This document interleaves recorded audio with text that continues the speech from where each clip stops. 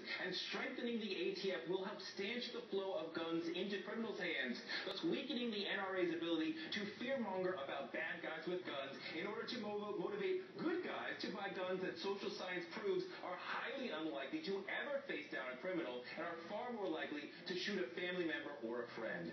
Year after year, the National Crime Victimization Survey shows firearm self-defense is rare. The social science data is clear. Guns in the home increase the likelihood of death for the people who live there. We don't want to take away all the guns, but we need a safer society, and we can get there. Once upon a time, cars and cigarettes killed so many more people, and the industries behind them fought against regulation. But now cars and roads are safer, and traffic fatalities have fallen by 50% over the last few decades, and our relationship with smoking has been transformed. We can also transform this nation's obsession with guns, and we can do so constitutionally.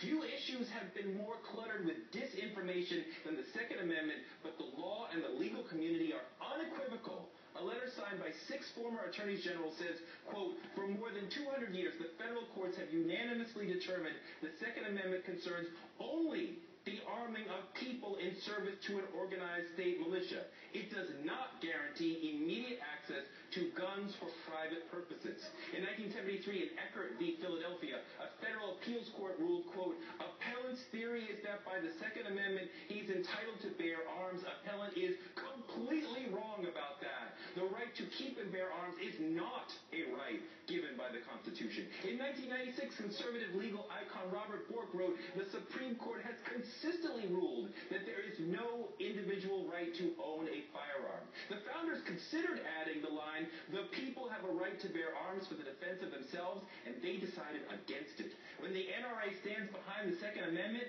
they are lying.